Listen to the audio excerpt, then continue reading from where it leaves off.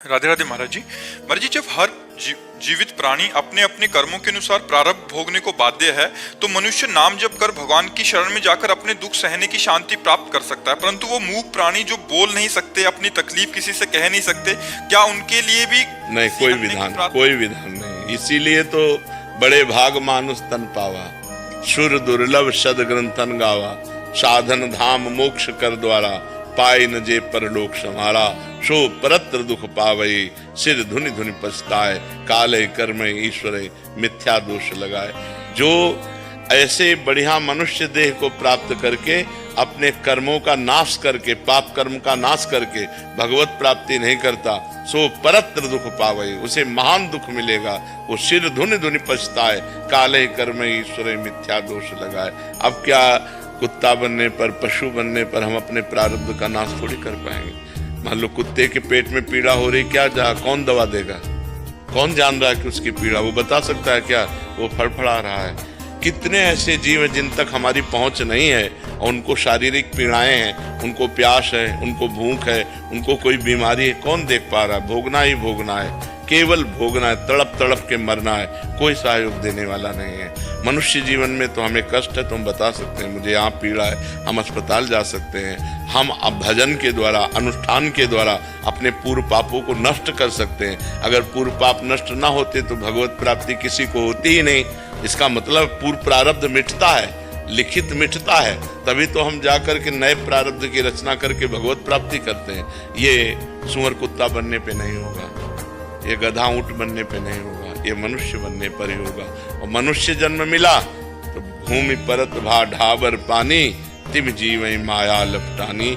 जैसे शुद्ध जल आकाश से गिरा और पृथ्वी पे गंदा हो गया, ऐसे ही आते मम्मी पापा, परिवार, जवान हुआ पत्नी, पुत्र, मकान, दुकान, रुपया, पैसा, बुढ़ापा आया, फिर वही सब वासनाएं और मर गया। जिस काम के लिए आया वो काम नहीं कर पाया। कर्म बंधनों का नाश करके भगवत प्राप्ति करने के लिए आया, वो तो हो नहीं पाया।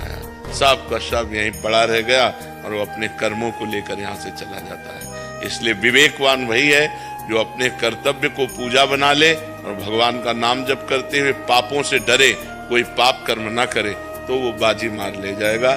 नहीं तो माया रौंद देगी। फिर हमको 83,99,999 योनियां, जैसे एक योनि है सर्प, अब सर्प योनि में कोबरा है, दुमहा है, अजगर है, कितने प्रकार के सर्प हैं। एक योनि है सर्प। ऐसी 83,99,999 योनियों के बाद एक मनुष्य योनि जब होती तब उसे 84 लाख योनियों में। ऐसे ही हमको अन्य योनियों के विभागों में कब तक भटकना पड़ेगा, जब तक मनुष्य शरीर मिलकर के हम भजन नहीं करेंगे। तो अभी हमें मिल गया है, अब हम सही चलें, पापाचरण न करें, शराब न पिएं, मांस न खाएं, पराई बहन बेटी की तरफ गंदी दृष्टि न रखें, चोरी न करें, हिंसा न करें, नाम जप करें, ईमानदारी से जो पद मिला है अपने पद का ईमानदारी से प्रयोग करें समाज सेवा के लिए। बढ़िया मंगल में पूजा हो गई भगवान की। भगवान अगरबत्ती से इतना प्रसन्न नहीं होते जितना अपने कर्तव्य के पालन से प्रसन्न होते हैं, क्योंकि संपूर्ण सृष्टि भगवान की ही है। अगर उसको हम अपने कर्तव्य, जो जहां जिस पद पर है, अपने कर्तव्य का पालन करे और नाम जप करे, उसे अलग से पूजा करने की जरूरत नहीं। करे तो अच्छी बात है, पर ना करे तो उसको भगवत प्राप्ति हो जाएगी। लेकिन महाराज जी, इसमें जैसे अगर कोई भी जीव है, तो अगर कोई और जैसे मनुष्य, कोई उनका प्रियजन उनके लिए प्रार्थना करे, तो क्या इससे उनको कुछ सहायता मिलेगी? कष्ट कुछ कम होगा? नहीं, कष्ट तो कम नहीं होगा, कष्ट कम नहीं हो सकता। ऐसा हो सकता है कि जैसे आप भजन करके किसी जीव को अपना भजन दे दें, तो अब अगला जो जन्म होगा वो उन्नतिशील होगा। लेकिन इस समय वर्तमान के कष्ट को न काहू के दुख सुख कर दाता, निज कृत कर्म भोग सुन भ्राता। अब हमारे भजन का फल यह है कि ऐसी परिस्थिति में भी हम आनंदित हैं, ऐसी परिस्थिति में भी हम प्रसन्न हैं। हम ऐसे प्रसन्न हैं जैसे स्वस्थ पुरुष प्रसन्न नहीं रह सकता, उससे ज्यादा हम प्रसन्न हैं। क्यों? भगवान की शरण में है। अगर भगवान की शरण में ना हो तो अभी सब बिगड़ जाए। अभी जो हमें उत्साह है, ये जो हमें पावर मिल रहा है, ये भगवान से मिल रहा है। एक नवीन उत्साह, एक नवीन पावर, एक नवीन आनंद, तो हर समय प्रसन्न रहते हैं। ब्रह्मभूता प्रसन्नात्मा। और यदि ब्रह्म से संबंध नहीं है तो फिर नहीं। इसीलिए तो चूको मत, ये घाटा कभी पूरा नहीं हो सकता। अगर मनुष्य शरीर प्राप्त करके भजन न किया तो कभी ये घाटा पूरा होने वाला नहीं, और हमारी दुर्गति फिर। अभी तो आप मनुष्य हैं, अभी आप कुछ भी कर सकते हैं, लेकिन आप पशु पक्षी और अन्य योनियों में जाने पर आप कुछ नहीं कर सकते। वही कर सकते हैं जो आपका भोग है, बस उसी को भोग लो। नया कर्म नहीं हो सकता। भैंस से नया कर्म होगा क्या? ऊंट से नया कर्म होगा क्या? सांप से नया कर्म होगा? वो प्रारब्ध के अनुसार चलता रहता है। मनुष्य शरीर है जिसमें हम नया कर्म कर सकते हैं। राधे राधे महाराज जी। महाराज जी, जब ऑपरेशन सिंदूर पुंछ रजौरी में चल रहा था, हम भी वहीं थे। महाराज जी, मुझे आभास हुआ कि ऐसा लगा आप बगल में ही हैं। वो अनुभव अद्भुत था महाराज जी। मैं पूरा आपको जान तो नहीं पाया हूँ, बट महाराज जी मेरा सवाल है कि आप किस रूप में, कैसे हम सैनिकों के साथ हर पल महाराज जी हो? महाराज जी, हमारा हृदय बहुत जानना चाहता हूँ। भारत के सैनिकों को प्यार करता है। जैसे हम अपने जीवन में कष्ट सहा कोई जानता तो नहीं ना, ऐसे हमें सैनिकों से जब हम चित्त जोड़ते हैं तो उनके कष्ट को जानते हैं। जब वो छुट्टी से अपने परिवार से विलग होकर जाते हैं तो बच्चे अंगुली पकड़ करके पापा कहते हैं, तो दोबारा लौट करके उनको आना होगा कि नहीं आना होगा इसका कोई भरोसा नहीं है कि दोबारा लौट करके आएंगे कि नहीं आएंगे। पहला परिवार की ममता और प्यार का त्याग, दूसरा शरीर सुख का त्याग, जहां भी तैनात कर दो वहां तैनात, तीसरा प्राणों के मोह का त्याग, चाहे अभी छाती पे गोली लगे चाहे मस्तक पे गोली लगे, हम अपने देश के लिए बलिदान के। तो हम सबका आदर करते हैं, लेकिन सबसे ज्यादा आदर, कहीं भी हमें आर्मी का खड़ा दिखाई दिया उसको दुपट्टा पहनाओ, उसको सम्मान करो। हमारे भारतवासियों को चाहिए, संपूर्ण देशवासियों को चाहिए कि हमारे जो राष्ट्र के सैनिक हैं इनका सम्मान करो, क्योंकि इन्हीं के बल से हम सुरक्षित बैठे हैं। अगर इनका सुरक्षा कवच ना हो तो हम चैन से सो नहीं सकते। तो हमें चाहिए कि अपने राष्ट्र सैनिकों का उत्साहवर्धन करें, राष्ट्र सैनिकों को सम्मान करें, राष्ट्र सैनिकों को प्यार दें। हाँ, हमारा हृदय आप लोगों को बहुत प्यार करता है। तो हम शरीर से तो भले आपके साथ नहीं, लेकिन मन से आपके साथ हैं, आत्मा से आपके साथ हैं, हृदय से आपके साथ हैं। और हम अपने भारत के जितने भी सैनिक हैं सब स्वस्थ रहें, प्रसन्न रहें, कभी मानसिक उनको कोई क्लेश ना हो, ऐसा आशीर्वाद देते हैं, ऐसा भाव करते हैं। महाराज जी, साधक को ग्रस्त जीवन में ज्यादा पैसा कमाने के लिए, जैसे मेरे पिताजी बहुत मेहनत करते हैं, वैसी करनी चाहिए, या फिर दाल रोटी के जितना कमाते हुए भगवत मार्ग पर चलना नहीं, चाहिए? धर्म से कमाओ, अधिक से अधिक कमाओ, धर्म से कमाओ। धन कमाने के लिए रोक नहीं है, लेकिन धन को धर्म से कमाने की बात है। देखो बच्चा, हम गरीब घर में पैदा हुए थे, किसान के घर में, मेहनत की कमाई करके, तो पूरा परिवार भागवतिक है हमारा। जब मेहनत की कमाई तो सब धर्म से चल रहे हैं, और नहीं तो शराब पीना, मांस खाना, व्यभिचार करना, गंदे आचरण करना, ये फैल रहा है समाज में। धर्म की कमाई, मेहनत से अगर तुम कमा रहे हो और धन बढ़ रहा है, वो हानिकारक नहीं है। लेकिन लूट घसोट करना, बेईमानी करना, छल कपट करना, ये घूसखोरी, ये सब ऐसे पापाचरण नहीं करना चाहिए। पापाचरण से जो धन आता है वो परिवार की बुद्धि भ्रष्ट करता है और अशांति और नरक प्रदान करता है। महाराज जी, मेरे जो पिताजी हैं वो 13-14 साल से माँ की भक्ति में, माँ की दया से, जी।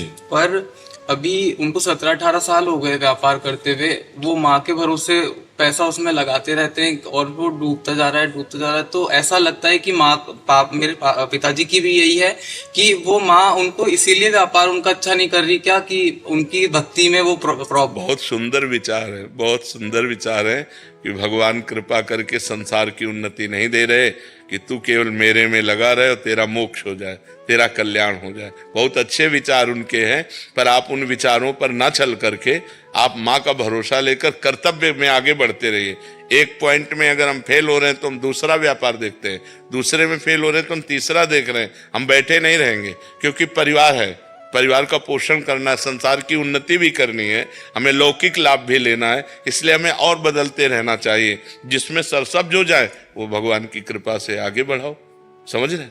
महाराज जी, पिछले 6 सालों से शंकर भगवान का उपासक था, रोज भगवान का अभिषेक, स्तुति और भोग लगाता। फिर कह रहे हैं कि रामचरितमानस पढ़ी तो राम जी फिर राधा कृष्ण जी में लग गए। तो महाराज जी अब कह रहे हैं कि काफी जगह ऐसा होता है कि जहाँ एक सैनिक हूँ, विषम परिस्थितियों में शुद्ध नहीं रह जाता, तो महाराज जी ऐसे में नाम जप कैसे करें? राधा नाम प्रिय है। शुद्ध अपवित्रः पवित्रो वा सर्वावस्थांगतोऽपि वः यह स्मरेत पुंडरीकाक्षम सवायाभ्यंतरः शुचि।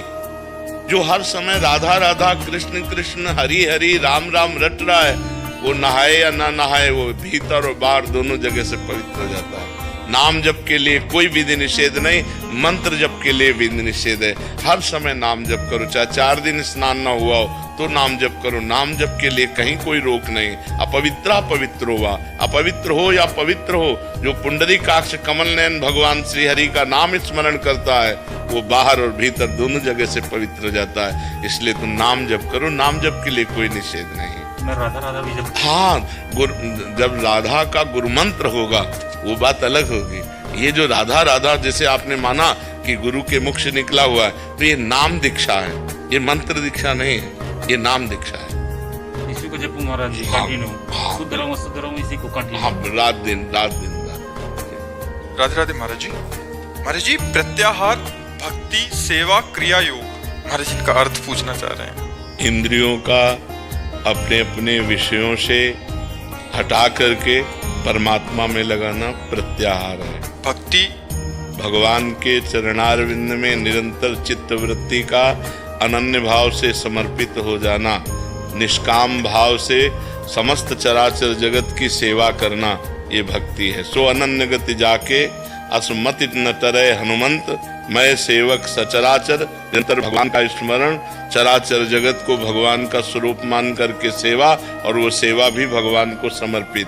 तदर्पिता अखिलाचारिता तद्विस्मरणेन परम व्याकुलते, इसको भक्ति कहते हैं। क्रिया योग, क्रिया योग, जो भी हम कर्म करते हैं वो निष्काम भाव से परमात्मा को समर्पित करें तो कर्म योग बन जाता है। और अगर समर्पित नहीं करते, निष्काम भाव नहीं, तो केवल कर्म होता है। कर्म 2 प्रकार के होते हैं, शुभ और अशुभ, और ये दोनों बांधने वाले होते हैं। और कर्मयोग मुक्ति प्रदान करने वाला होता है। कर्मयोग का तात्पर्य है भगवान के लिए कर्म करना, या भगवत भाव से संपूर्ण चराचर जगत की जो सेवा है वो भगवान को समर्पित करना, इसे कर्मयोग कहते हैं। निष्काम भाव से दूसरों को सुख पहुंचाने के लिए जो कर्म किया जाता है उसे कर्मयोग कहते हैं, और उसी को भगवान को समर्पित कर दे तो वही मोक्ष प्रदान करने वाला हो जाता है। महाराज जी, ऐसा कौन से आचरण हमें करने चाहिए कि भगवान का साथ हमेशा महसूस होता रहे? पहला नाम जप, दूसरा आहार शुद्धि, तीसरा आचरण शुद्धि, चौथा भगवत शास्त्रों का स्वाध्याय। जो भगवत शास्त्र हैं जैसे श्रीमद् भगवत गीता जी, श्रीमद् भागवत जी, रामचरितमानस जी, शास्त्र जितने हमारे हैं इनका स्वाध्याय होना चाहिए, और चरित्र पवित्र होना चाहिए, आचरण पवित्र होना चाहिए। बेविचारी कभी भगवान की भक्ति नहीं कर सकता। जो भोगों में रत है, मनमानी आचरण करता है, वो कभी भगवान का भक्त नहीं हो सकता। जिसके आचरण पवित्र हैं, जो शास्त्र स्वाध्याय करता है, जो पवित्र आहार भगवान को समर्पित करके पाता है, जो नाम जप करता है, वही आचरण भगवान को निरंतर सानिध्य का अनुभव कराते हैं कि भगवान हमारे पास हैं, हर समय भगवान के मैं साथ हूँ।